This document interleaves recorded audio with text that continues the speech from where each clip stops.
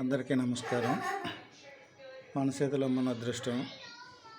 ఈ కార్యక్రమంలో ఇంతకుముందు చాలా విషయాలు తెలుసుకున్నాం. ఇప్పుడు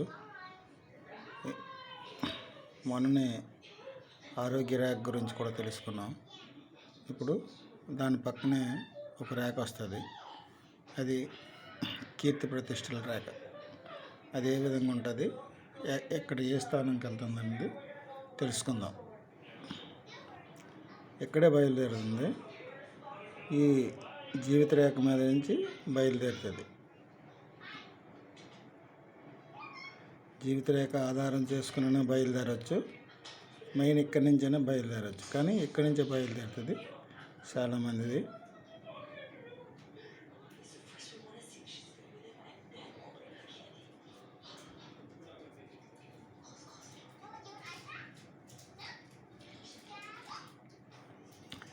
ఈ విధంగా వస్తుంది. ఇది కీర్తి ప్రతిష్టల రేఖ అంటారు. ప్లస్ ఉద్యోగ రేఖ కూడా. ఈ విధంగా ఉన్నట్టుకుంటే కంపల్సరీ ఉద్యోగం అనేది కంపల్సరీ ఉంటుంది. లేకపోవడం ఉండదు. ప్రయత్నం చేయాలి. అంటే గవర్నమెంట్ 10 వంతులు గవర్నమెంట్ ఉద్యోగమే వస్తుంది. 100% గవర్నమెంట్ ఉద్యోగమే వస్తుంది అన్నమాట. తప్పనిసరి పరిస్థితుల్లో వేరే ఉద్యోగాలు కానీ, లేకపోతే మటు గవర్నమెంట్ ఉద్యోగం. ప్లస్ మంచి పలుకుబడి, గౌరవం, కీర్తి అన్నీ ఉంటాయి అన్నమాట ఈ రేఖ ఉన్న వాళ్ళకి. ఇంత రేఖ అవసరం లేదు. ఇంతకుముందు కూడా కొన్నిసార్లు చెప్పాను. ఇక్కడే ఒక రేఖ ఉంటుంది అనుకోండి, అవి ఉన్నా సరిపోద్ది. కానీ చాలామందికి ఇలా ఉంటుంది అన్నమాట. ఈ రేఖ ఉండదు. మీకు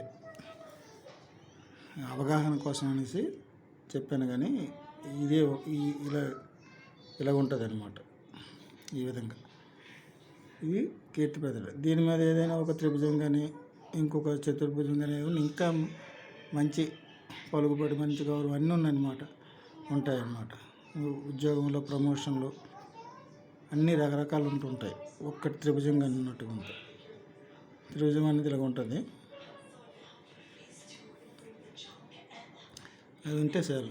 కానీ ఇంకోటి చెప్తాను. ఈ రేఖ కొంతమందికి జీవిత రేఖ మీద నుంచే బయలుదేరిన రేఖనే అదృష్ట రేఖలు అనుకోవాలి. ఎప్పుడైనా ఏ రేఖ కానీ అదృష్ట రేఖలు. కానీ ఇక్కడి నుంచి బయలుదేరుతాయి కొంతమందికి. ఈ శుక్రస్థానం నుంచి బయలుదేరుతాయి. అవి మట్టుగా ఇలా బయలుదేరుతాయి. ఇవి మట్టుకు కాదు.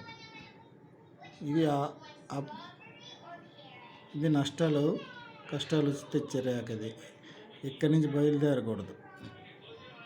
ఈ జీవిత రేఖ మీద నుంచి బయలుదేరిన రేఖనే మనం అదృష్ట రేఖలుగా చూసుకోవాలి. అప్పుడే దాని ఫలితాలు వస్తాయి అన్నమాట. ఆ విధంగా తిన్నగా ఉన్నప్పుడే దాని ఫలితాలు వస్తుంటాయి. మంచి ఫలితాలు వస్తుంటాయి. అది. అందరికీ నమస్కారం. ఉంటాను. వేరే విషయంలో ఇంకో భాగంలో వేరే విషయం గురించి తెలుసుకుందాం.